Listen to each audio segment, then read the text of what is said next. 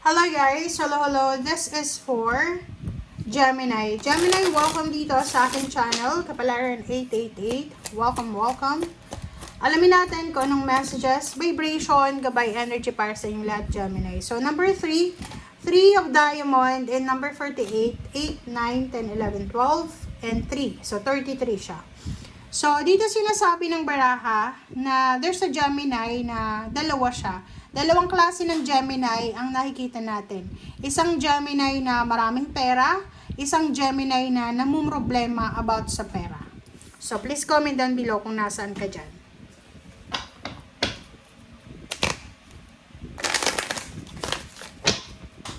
Alright, what else, Gemini?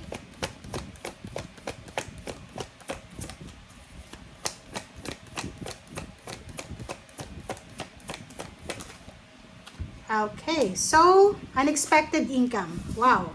So, yung ibang Gemini dito, especially yung walang pera, sinasabi ng barahan na possible na sa linggong ito ay isang unexpected na financial windfall in forms of gifts, regalo, inheritance, services na pwedeng hingin sa'yo ng kapalit ay pera.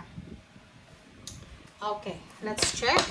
Pwedeng may gustong tumulong sa'yo or posibleng may gustong magpautang sa'yo, ganyan. May gustong kumuha sa'yo para sa serbisyo mo.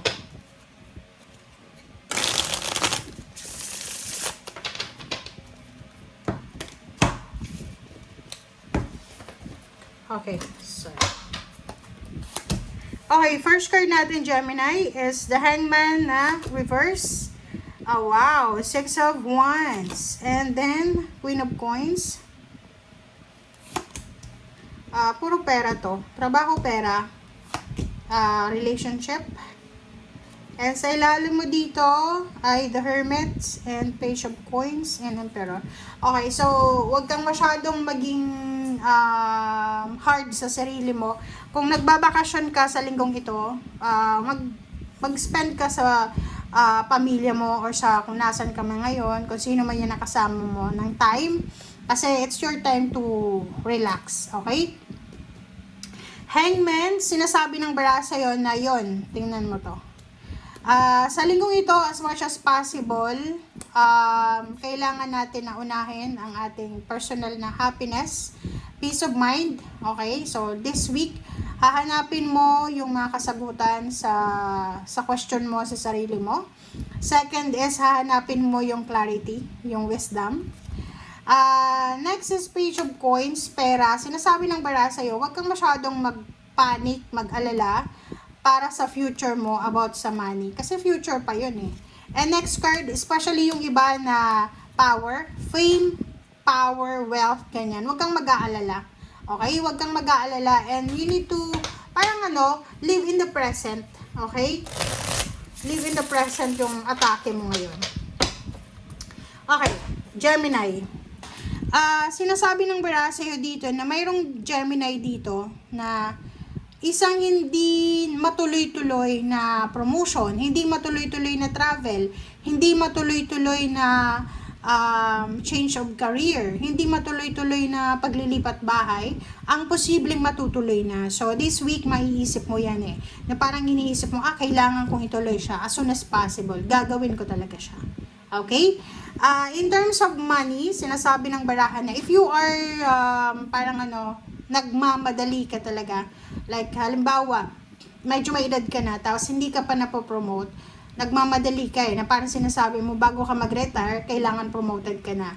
Yung iba naman sa inyo, unemployed. Maybe newly graduate ka, bago kang panganak, or galing ka sa sakit. So, nagbakasyon ka, nag-leave ka, nag-sick leave ka kasi may sakit ka. So, sobrang, kagustuhan mo na magtrabaho na, kumita ng pera, ganyan, ganito. But this week, sinasabi ng bara sa'yo na napaka-importante yung temperance. You need to be patient. You need to wait, you need to be patient. And sinasabi ng baraha, the ten of coins is always there. Okay? It's always here. Parang sinasabi ng baraha, hindi yan naalis. Okay? Hindi ka dapat nagmamadali. Kailangan,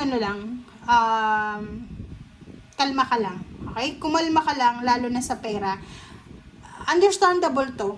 Sa panahon ngayon kasi, sobrang ang hirap ng buhay. So, talagang, lalo na kung ano ka naman, bata ka pa, magaling ka sa trabaho, marami kang skills, malakas yung katawan mo, syempre, manghihinayang ka sa panahon na parang bakit hindi ako nagtatrabaho ganyan ganito. So, yun.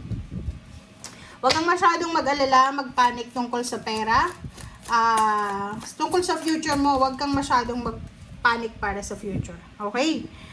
Money. King and Queen of Coins. So, sinasabi ng bara sa'yo na huwag kang mag-alala kasi minsan may mga bagay-bagay tayong gustong gawin or gustong pasukin pero hindi natin nagagawa. It's because hindi yan like parang hindi ka mahal ng Diyos, ganyan. Hindi na-align sa'yo yung blessings. So, no, hindi ganun.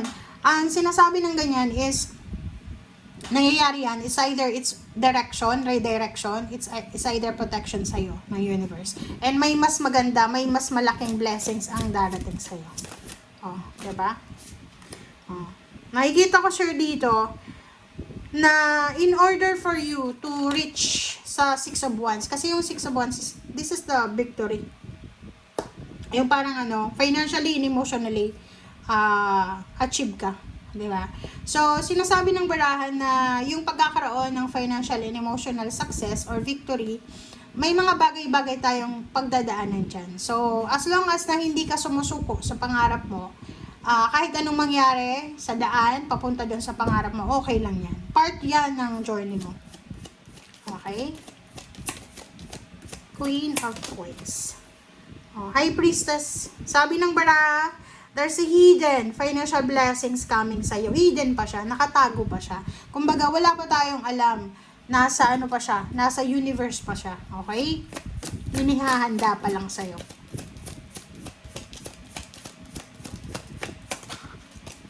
Alright, Temperance. 5 of Wands. Diba? Sabi ng bara sa'yo dito, Gemini, na this week daw, importante yung pagiging mapasensya. Importante yung pag-iwas sa gulo.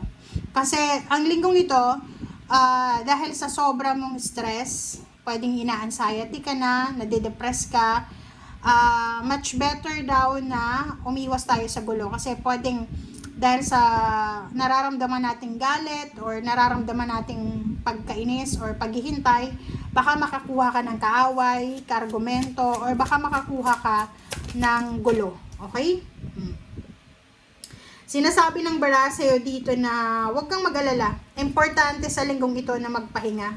Magpahinga, focus ka sa sarili mo, sa emotion mo, focus ka sa mga taong nagmamahal sa'yo, focus ka sa paligid mo. Yun yung importante. Okay? Thank you guys. Bye!